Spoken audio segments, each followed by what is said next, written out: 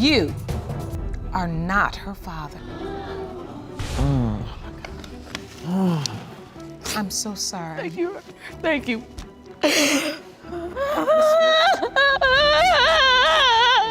This is a horrible situation. Every reason why we have to be careful of the choices that we make. A father was here for a second chance. A journey of regrets and heartache brought the plaintiff to court to claim paternity of the daughter he denied 35 years ago.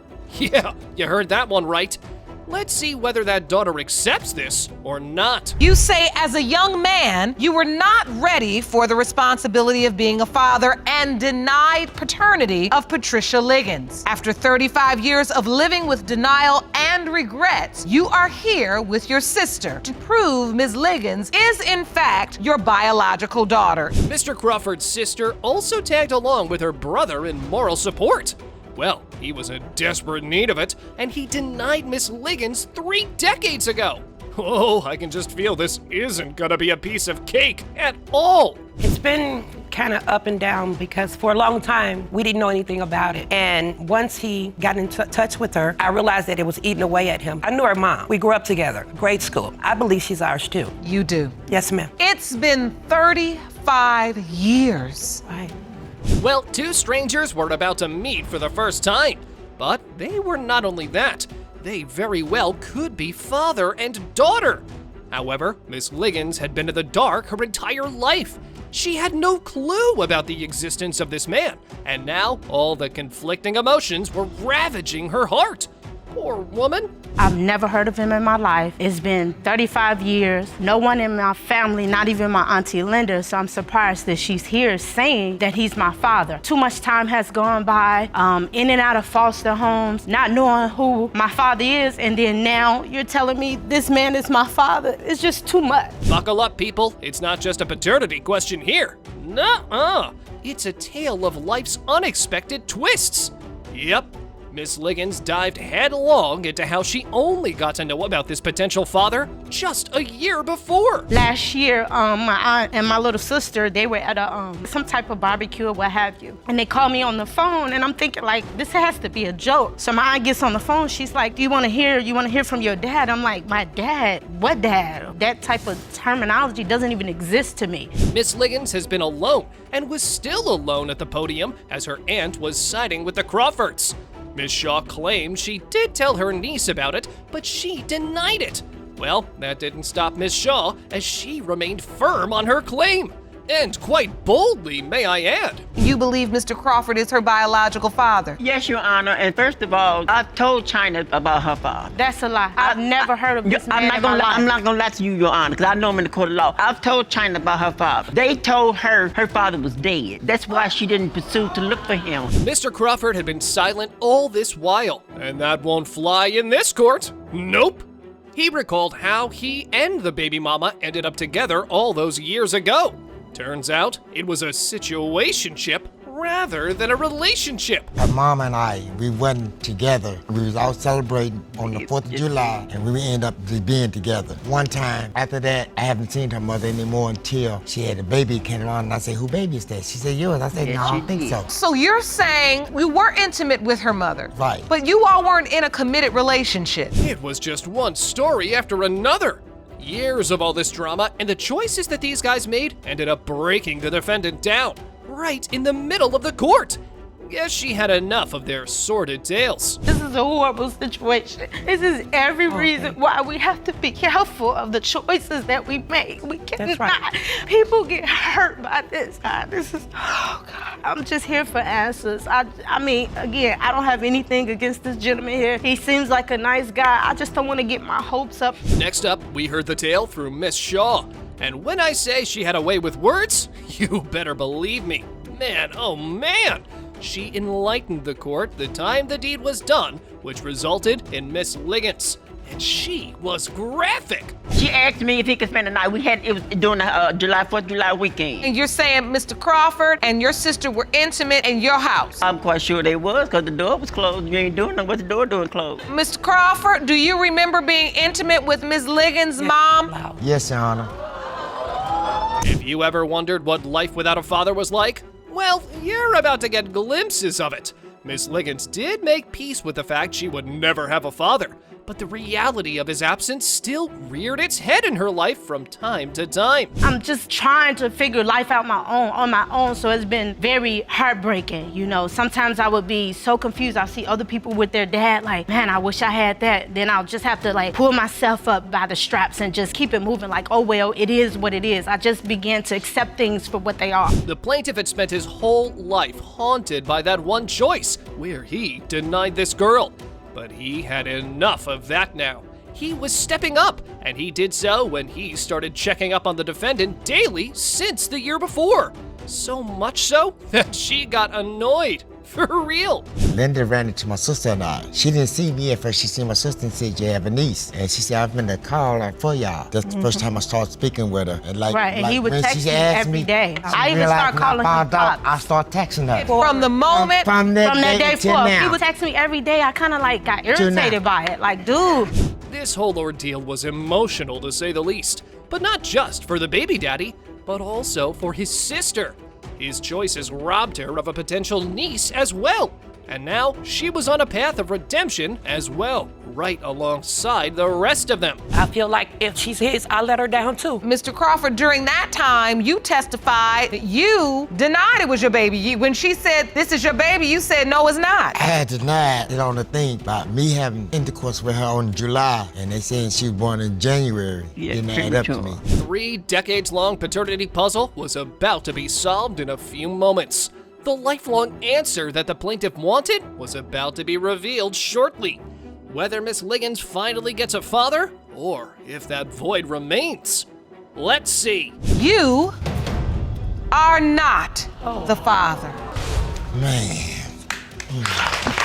Look for you. Okay? Look at me. I know a lot about your mom, and I'm sorry, I didn't believe it. I'm hoping everything turned out all right. I'm sure you would. We are about to witness a clash of stories over here.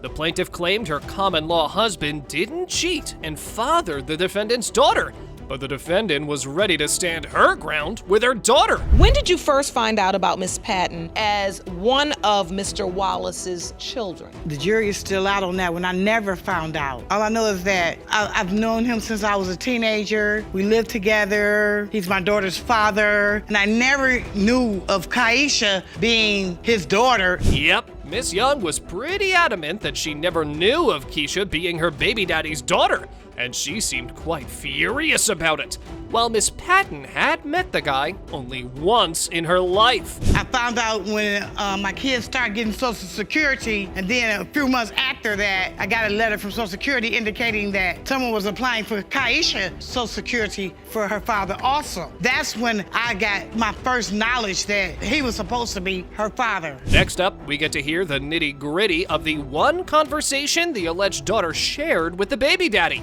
She recalled the details quite vividly, so much so, Judge Lake couldn't help but be impressed by it. My grandmother, she said, tell her. And he just stood there. I'm your daddy. I said, are you? And it kind of went back and forth. And he was like, well, I'll talk to you later. I gotta go. And he took care of some other stuff around the house, and then he shortly left after that. He left the house, and you were still there. Yes. The defendant had to recall quite a few terrible memories of the torment she faced at the hands of Miss Young, and that was a lot for a young girl to handle at such an age.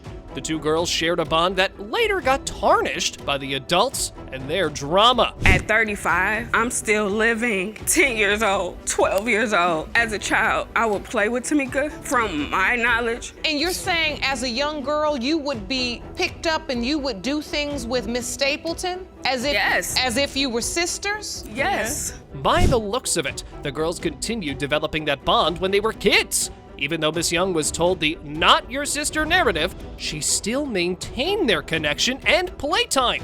Little did they know that this paternity was going to keep following them through the years. I remember hanging out with Kaisha, yes.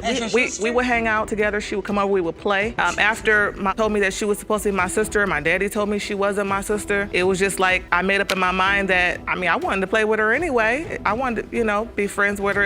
I liked hanging out with her. Miss Patton's birth certificate wasn't signed by anyone in all these years. But Miss Terrell still claimed that Mr. Johnny knew all about her and the pregnancy. But according to the plaintiff, the baby daddy gave money to Miss Patton to nullify the pregnancy. Of course, that didn't happen, as they were all here now, years later, still fighting. He aware when you were pregnant with Miss Patton that this was his child? He was aware. I was a virgin when I first met Johnny Wallace. Me and him used to hang out. He used to come to my mother's house. I used to go to his grandmother's house. Ma'am, that was Okay, listen, what I'm trying to find out is when you found out you were pregnant, did you say to him, I'm pregnant? No. A paternity saga that continued down the line for years and years. It was about time it came to an end, as the rest of the proceeding was getting the court nowhere. The answers that brought them here were about to be revealed. Here goes nothing. Miss Patton and Miss Stapleton, you are not related. Already knew.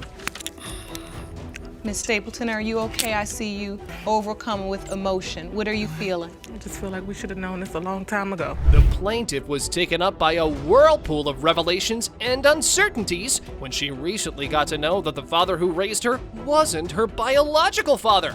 Now, Miss Webster brought the defendant to court in hopes of seeking the truth. Mr. Ware, you admit that you had a relationship with Miss Webster's mother around the time of conception, but say for the past 40 years you were told Mr. Smith was her father. Yes, Your Honor. Well, the cat was out of the bag now. Miss Webster got a whiff of this revelation through the salon she worked at.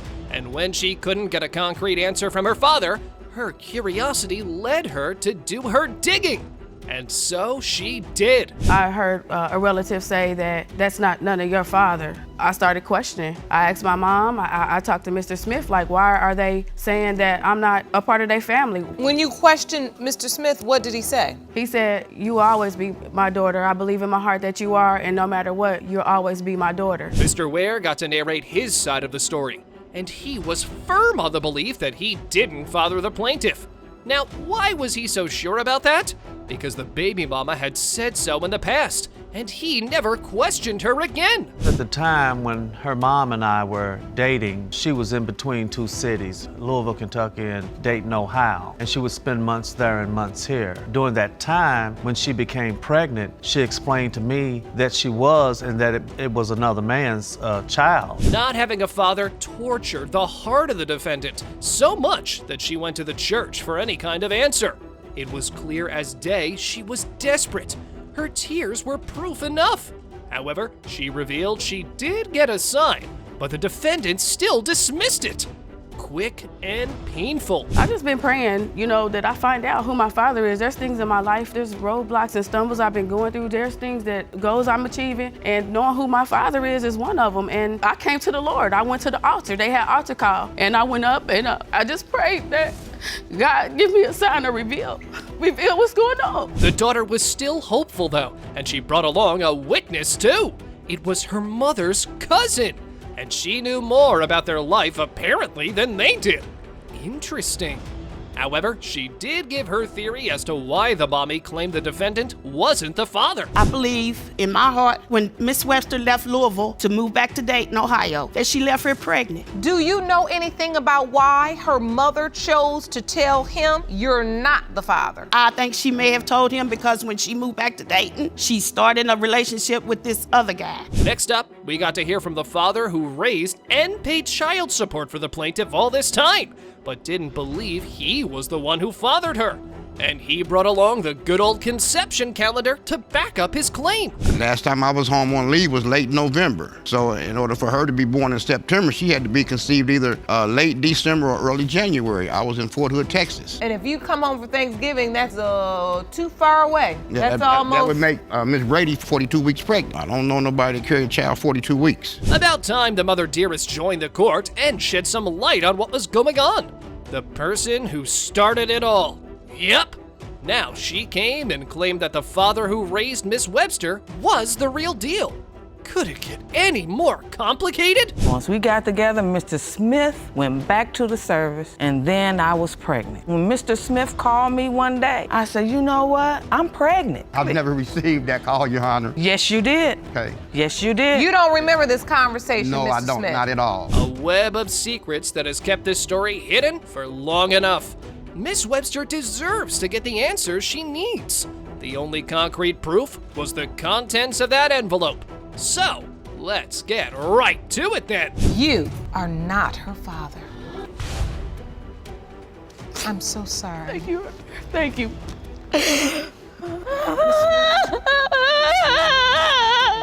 We shouldn't open up a can of worms. That can of worms should have been closed. But I deserve to know. A brave woman was about to confront her past in the hopes of finally putting an end to the lifelong paternity mystery. All her life, Miss Smith was plagued by this one question: who was her father? And today, she hoped this man would give her this answer she so longed for. You're here today because you claim that growing up, you were told again and again that different men were your dad. Today you say you hope to put an end to a lifelong mystery when you meet a man for the very first time that you finally believe is your biological father. Yes, Your Honor. Now, how did this quest of connection come to be? It was time for the plaintiff to tug at our heartstrings and take us along her journey of finding her father. Miss Smith went to a heck of a lot of trouble during all this, but she was still standing strong. Now that's something. When I was 15, I was told by a cousin that the guy that had been raising me was not my biological father. Did you confirm that with your mother? I did. They both ended up talking to me. They told me the truth about it and that there was a different man that was biologically my father. Miss Smith's whole childhood was marked with unanswered questions, but she never gave up. She was brave indeed. After years and years of searching, finally she was given another name. She made contact with him, and there she went, hoping again. Finding out the truth that he wasn't, in fact, my biological father. And did anyone ever tell you why? No. I asked him who hung around back then, in their group or whatever, and he had mentioned one man that could in fact be my father. Grab some tissues, people. It's about to get emotional here. The plaintiff was about to meet the man she hoped would end up being her father. And he was here with his wife, and both of them welcomed the potential daughter wholeheartedly. Now that's an all-worthy moment indeed. You're gonna meet him for the first time. He is here right now with his wife.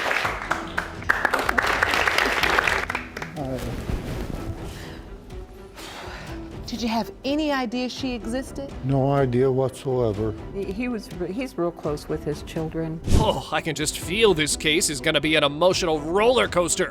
Mr. and Mrs. McBride came all prepared. While he did remember the time he spent with Miss Smith's mother, he had no idea of her existence. And now, he was pretty positive she belonged to him. You do remember the relationship with Miss Smith's mother, am I correct? Yes, I do. I've talked to mutual friends and everything else, and I was never told. I had no idea whatsoever. So you've seen her mother, talked to mutual friends you've had. Yes. And no one has ever mentioned Miss Smith? That it was a possibility at all, no. Oh dear, these guys weren't making it easy for the daughter. They only had boys, and they always had wished for a daughter. Now, fate was dangling one right in front of her. Furthermore, they also brought a present for Miss Smith. Now, whose hope wouldn't skyrocket after that? Mr. McBride, you said you have boys. Yes, I have two boys. Do you have any girl children? No, I don't. I would have loved to have had a little girl. We bought her a dress because Dave said that he had never gotten to buy her one. So if she's his, we bought his little baby girl a dress. The poor woman had suffered long and hard in this quest to find her father. Miss Smith finally found one who could be. The only push she needed was the DNA results confirming her hopes. Let's see whether that truly happens, or will her search keep on going? Mr. McBride, you are not her father.